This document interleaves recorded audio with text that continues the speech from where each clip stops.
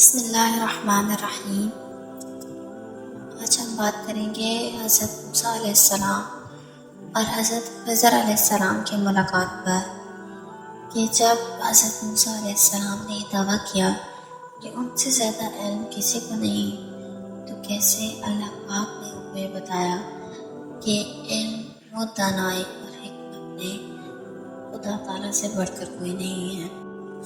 ایک روز حضرت موسیٰ علیہ السلام اپنی قوم کے درمیان بیٹھے ہوئے تھے کہ ان کے منہ سے یہ کلمات نکلی کہ میں نے آج تک اپنے سے زیادہ علم والا کوئی نہیں دیکھا، اور گویا کہ انہوں نے پورے تورات کو حفظ کر رکھا تھا، تو ان کو یہی معلوم ہوا کہ میں سب سے زیادہ عالم ہوں، اور اس وقت قوم میں، اس وقت تمام انسانیت میں سب سے افضل ہوں۔ اسی لمحے اللہ پاک نے حضرت موسیٰ علیہ السلام کو حکم دیا کہ اے موسیٰ، تم ایسا گمان مت کرو کہ تمہیں ہی سارا علم ہے اور کوئی تم سے علم میں افضل نہیں۔ ہمارے کس بندے کو ہم نے کیا علم دیا ہے تم اس کو نہیں جانتے، اور ہمارا ایک بندہ ہے جو مجمع البحرین کے قریب ایک میدان میں رہتا ہے، اور اس کو اس کام پر ہم نے معمور کیا ہے کہ وہ گمراہ کو راہ دکھاتا ہے، اور اس کی کوئی معجزہ بھی ملا ہے کہ وہ زندوں کو مردہ اور مردوں کو زندہ کر سکتا ہے، اور اس کے ذمہ اور بھی کام ہیں۔ اس کا نام خضر ہے، اور اگر تم دیکھنا چاہتے ہو تو جا کر اس کو دیکھو، پھر تمہیں معلوم ہو جائے گا کہ اس میں کیا کیا کرامات ہیں۔ حضرت موسیٰ علیہ السلام یوشع کے ساتھ مجمع البحرین کی طرف نکلے اور اپنے ہمراہ ایک تلی ہوئی مچھلی کھانے کی نیت سے لے لی۔ سفر کے دوران جب دریا کنارے ایک پتھر کے قریب زنبیل روکی گئی، یوشع نے اس دریا کے پانی سے وضو کیا تو پانی کا ایک قطرہ اس مچھلی کے منہ پر گرا، اور وہ مچھلی زندہ ہو کر دریا میں راستہ بناتی ہوئی چلی گئی۔ یوشع نے یہ بات حضرت موسیٰ علیہ السلام کو بتانا چاہی، پر شیطان نے یہ بات بھلا دی اور وہ سفر میں آگے بڑھ گئے۔ جب حضرت موسیٰ علیہ السلام کو بھوک کا احساس ہوا تو انہوں نے وہ مچھلی طلب کی، مگر یوشع نے جواب دیا کہ حضرت، میں یہ آپ کو بتانا چاہتا تھا پر مجھے شیطان نے بھلا دیا۔ وہ مچھلی تو دریا میں راستہ بنا کر چلے گئی۔ حضرت موسیٰ علیہ السلام نے کہا کہ وہی تو ہماری منزل تھی۔ آپ فوراً اپنے قدموں کو دیکھتے ہوئے واپس پلٹے اور اس جگہ پر پہنچے جہاں وہ مچھلی راستہ بناتی ہوئی سمندر میں گئی تھی۔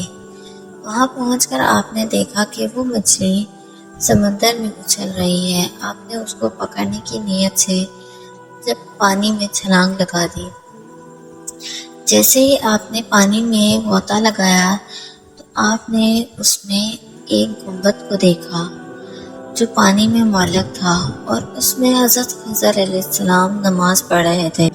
جب حضرت خضر علیہ السلام نماز سے فارغ ہوئے تو حضرت موسیٰ علیہ السلام نے سلام عرض کیا۔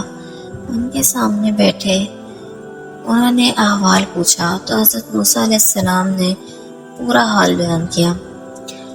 حضرت موسیٰ علیہ السلام اور حضرت خضر علیہ السلام میں بات چیت ہو رہی تھی کہ اچانک ایک پرندہ آیا اور ان کے سامنے دریا سے ایک قطرہ پانی چونچ میں مار کر لے کر چلا گیا۔ حضرت خضر علیہ السلام نے حضرت موسیٰ علیہ السلام سے کہا کہ تم خود یہ سمجھتے ہو کہ علم میں سب سے زیادہ ہو، حالانکہ عالم اول و آخر، ظاہر و باطن بنی آدم کا اللہ تعالیٰ کے نزدیک اس سے کمتر ہے۔ جیسے کہ یہ مرغ ایک قطرہ پانی سمندر کے نزدیک کیا چیز ہے، ایسے ہی اللہ کے نزدیک تمہارا اور ہمارا علم کیا چیز ہے، اور اللہ نے تم کو تربیت فرمائی ہے، یا یوں کہو کہ اللہ نے ایک علم مجھ کو دیا ہے جو تم نہیں جانتے، اور ایک تم کو ہے جو مجھے معلوم نہیں۔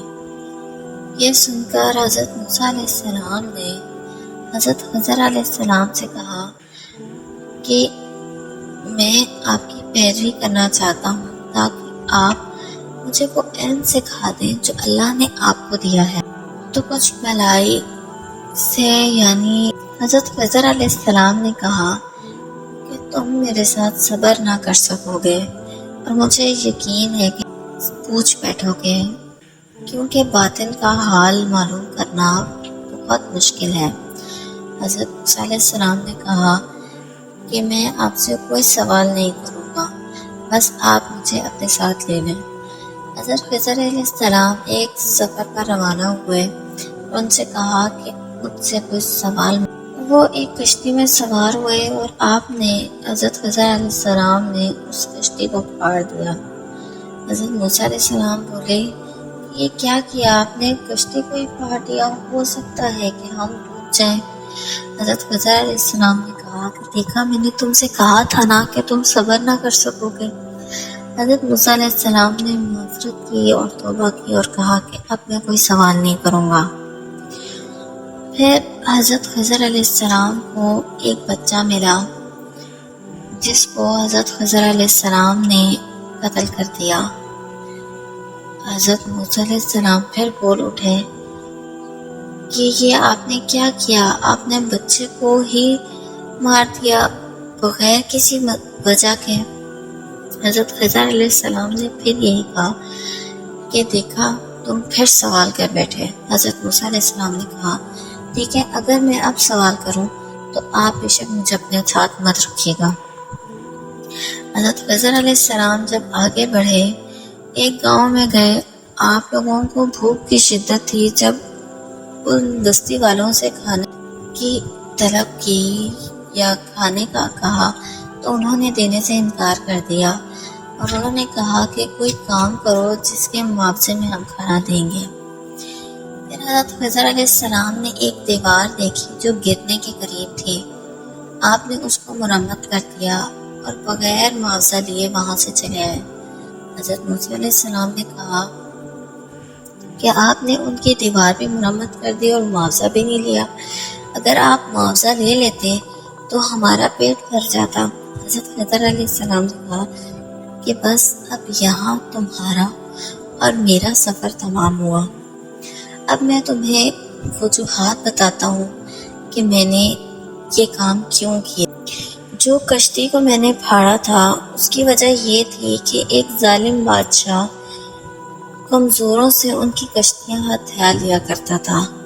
اب میں نے اس میں نقص لگا دیا ہے تو ان غریبوں کا دانا پانی چلتا رہے گا اور روزگار چلتا رہے گا۔ پھر جو میں نے ایک لڑکے کو قتل کیا، اس کے ماں باپ بہت نیک صالح تھے اور دیندار تھے، لیکن وہ لڑکا آگے چل کر ان کے لیے فتنہ بننا تھا، ان کے لیے آزمائش کا باعث بننا تھا، اس لیے اللہ کے حکم سے میں نے اس کو مار دیا اور اس کے عوض اللہ تعالیٰ ان کو ایک نیک اور پارسا بیٹی عطا کرے گا جس کی نسل سے 70 پیغمبر پیدا ہوں۔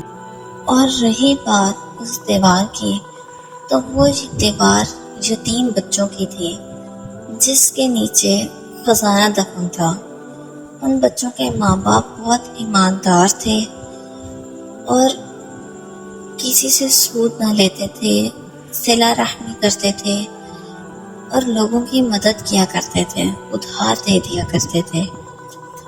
اسی لیے اللہ پاک نے ان کو بہت نوازا تھا اور اس دیوار کے نیچے ان کا خزانہ دفن تھا۔ اگر وہ دیوار گر جاتی تو لوگوں کو خزانہ مل جاتا اور ان بچوں کے ہاتھ کچھ نہ آتا۔ میں نے وہ دیوار پکی کر دی کہ اب جب وہ جوان ہوں گے تو وہ دیوار گرے گی اور انہیں خزانہ مل جائے گا۔ اب تمہارا اور میرا سفر تمام ہوا۔